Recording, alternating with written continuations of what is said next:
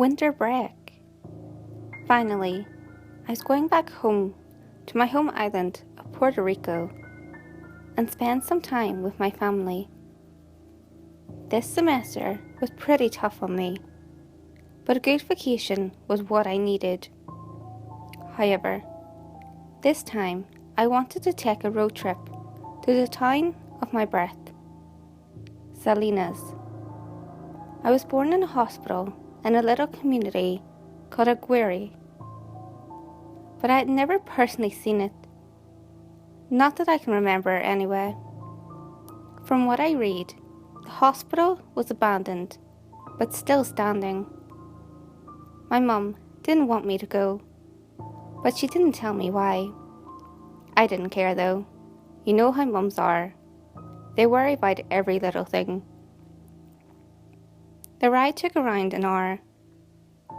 Aguirre was pretty well hidden in the back roads of the town, but eventually I was able to find it perched on a small hill.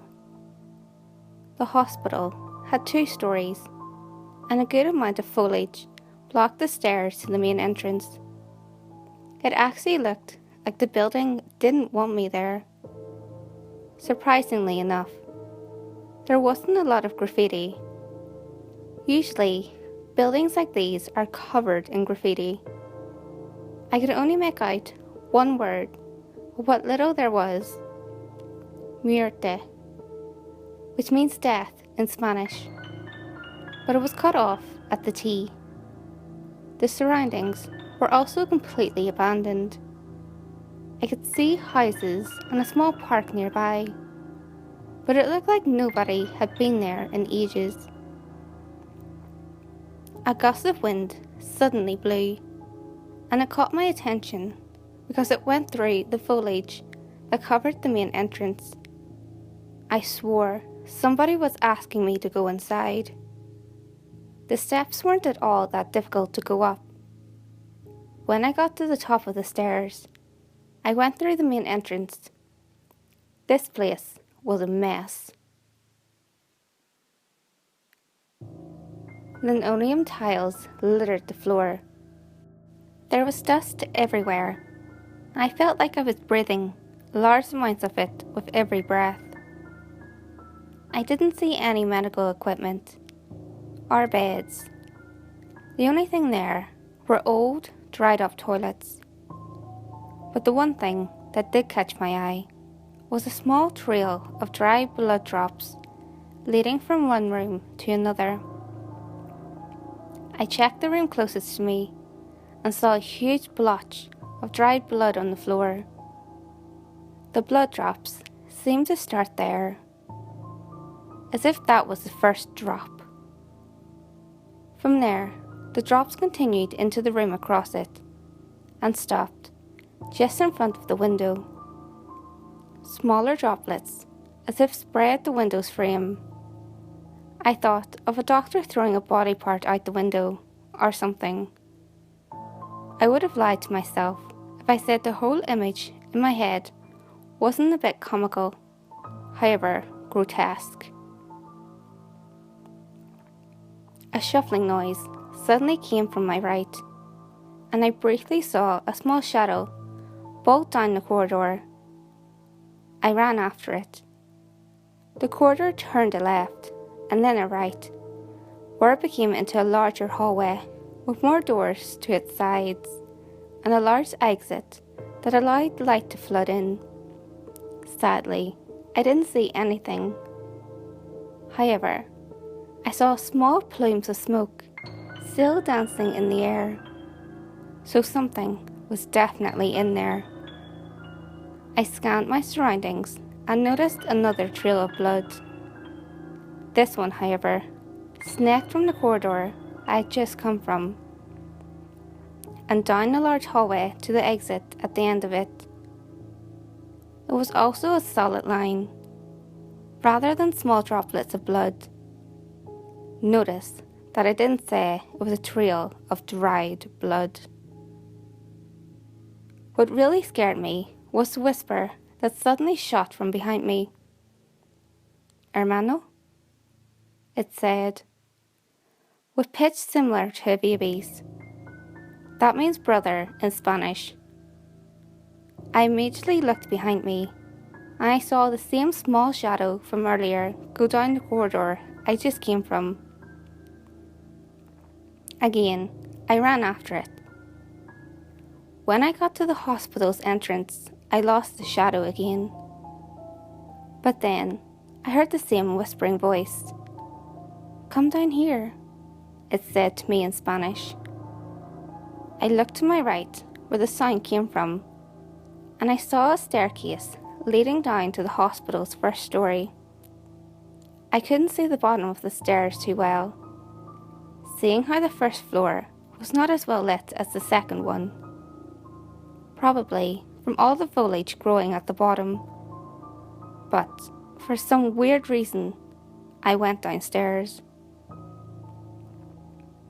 When I got to the very bottom, I saw the same line of blood coming from a hole in the ceiling, down the wall and through a corridor behind me.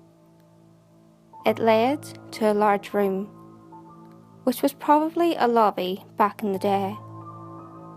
The ceiling was all cracked and falling to pieces, and I could see the rotten wooden beams that formed the foundation of the building. But then, the noises started to happen again. I heard a mess of scuttles moving from one side of the room to the other. Dust shifted in the air quickly, which only confirmed that there was something in there with me. Even the wooden beams creaked a bit from time to time. The scuttles were one thing though. I also heard the same whispers again, even though they clearly sounded Spanish. It wasn't as understandable as it was earlier. I swear, the voices were having a conversation between themselves. But then, their attention turned to me. "Why have you come, brother?"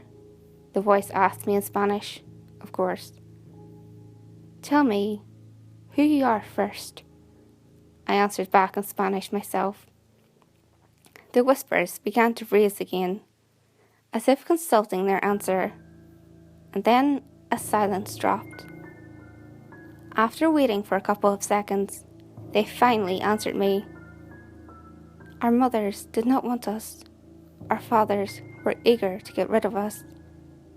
To this hospital, they came to undo us. Like trash, we were thrown out into the scorching sun. But our survival was hardly their choice. We stayed in this world, just as you choose to stay." I was completely confused by their words. I didn't have that much time to think though. Suddenly, a door creaked open next to me. I saw it. A baby crawled from that room. Its legs were malformed, and its body was drenched in blood. Bile oozed from its mouth, and I swore it was trying to form a smile. With every drag of the body, it left a trail of blood. A rustling behind me was enough to snap me from my shock. When I turned, there were more of them, crawling up to me, and up in the wooden beams. I saw them climb their way down with incredible speed. My mind couldn't handle it. I ran past the first one, up the stairs and out of the hospital. Just as I was getting into the car, I heard their whispers. "Come back to us, brother."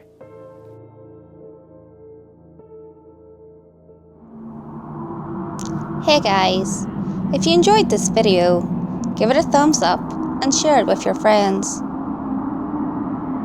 You can also leave a comment below. All feedback, good or otherwise, is always appreciated.